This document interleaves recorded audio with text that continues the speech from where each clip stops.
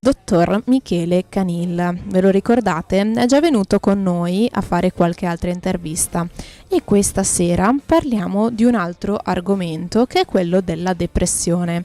Quindi questa sera, mi raccomando, tutti seri, niente risate, no, sto scherzando. Adesso andremo a capire qualcosa insieme al dottore. Io le chiedo subito, dottore, cosa si intende per depressione? Allora, depressione è un disturbo importante e invalidante per la persona. Diciamo che è uno dei principali malesseri, se possiamo dire così, dell'essere umano di questo secolo. Addirittura l'OMS, l'Organizzazione Mondiale della Sanità, ha avvisato che entro i prossimi 20 anni purtroppo diventerà la seconda malattia al mondo. Questo dato non è incoraggiante, però insomma speriamo non sia vera la previsione. È bene insomma che tutti mettiamo un'attenzione particolare a questo. Speriamo che si sbaglino. Speriamo. Ma come mai viene la depressione? La depressione è sempre multicausa, nel senso che diciamo quella che si chiama eziologia ha anche una componente in parte genetica, l'ambiente e la persona.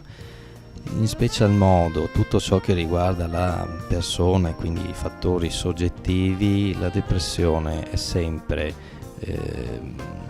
una relazione difficile che in qualche modo ha segnato la persona.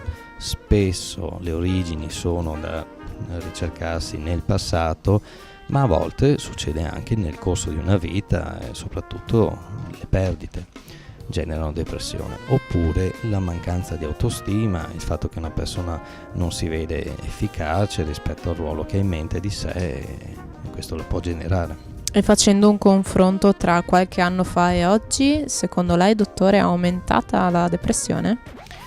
La depressione sembra che non sia aumentata così tanto allo stesso modo in cui invece è aumentata la richiesta di cura della depressione. Quindi l'aumento è lieve, però per fortuna molte più persone ricorrono allo specialista o al medico di medicina generale o a chiunque insomma riesca a dare una soluzione a questo malessere pesante. Ma perché forse un tempo era visto più come un tabù, nel senso poche persone si affidavano già ai medici, erano già più restie, magari al giorno d'oggi invece siamo un po' più aperti a guarire da queste cose.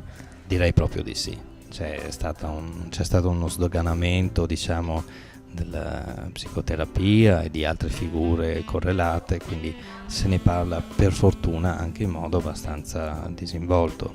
E come si fa a riconoscere la depressione? Quando ad una persona viene la depressione, quali sono i sintomi? La depressione, diciamo, intesa come forma più grave, che tecnicamente si chiama depressione maggiore, ha dei sintomi inequivocabili, cioè proprio la mancanza di motivazione, la persona rimane a letto, perde ore di lavoro, non trova più un significato alla propria vita. C'è un abbandono delle relazioni, diciamo, sia amicali che lavorative che con i parenti, e spesso è anche associata a sintomi diciamo d'ansia piuttosto che attacchi di panico e altre forme piuttosto disturbanti la persona. Ci sono altre forme di depressione, diciamo, meno gravi, che hanno dei sintomi simili ma diciamo in una misura un po' ridotta, e quindi così comunque diciamo la motivazione a vivere, la passione per alcuni aspetti della vita viene meno. E perché si perde questo interesse? Spesso la causa che emerge nelle analisi, nelle psicoterapie, è una mancanza, diciamo, di un ruolo piacevole che si può sperimentare al mondo, ovvero non si trova stima di se stessi nelle azioni che si fanno, non si trova un significato che possa sostenere l'idea di continuare a esistere. Perché si è insoddisfatti? Perché quello che stiamo facendo non ci appaga? Sì, assolutamente sì. Purtroppo sappiamo che l'ultimo esito della depressione a volte è il suicidio, e quindi la tematica è piuttosto importante, insomma. E nel momento in cui una persona depressa si presenta in studio, quali sono magari i consigli che può dare o le cure che vengono proposte a questa persona? Allora, diciamo, limitatamente alla psicoterapia, sicuramente portare la persona innanzitutto in una situazione di consapevolezza di cosa li ha condotti alla depressione, perché diventa molto difficile percepire dei sintomi ma non averne idea dell'origine, e quindi questa è una prima azione. Secondariamente, ci sono molti altri aspetti che vanno approfonditi per arrivare finalmente a cambiare proprio il modo con cui si vede la vita e l'atteggiamento di conseguenza. Si tenta di ridare un sorriso, insomma, a queste persone. Di ridare un sorriso, di ridare un significato al modo in cui la persona costruisce il suo mondo. Ma hobby, animali, ritrovare una persona magari cara, possono spingere?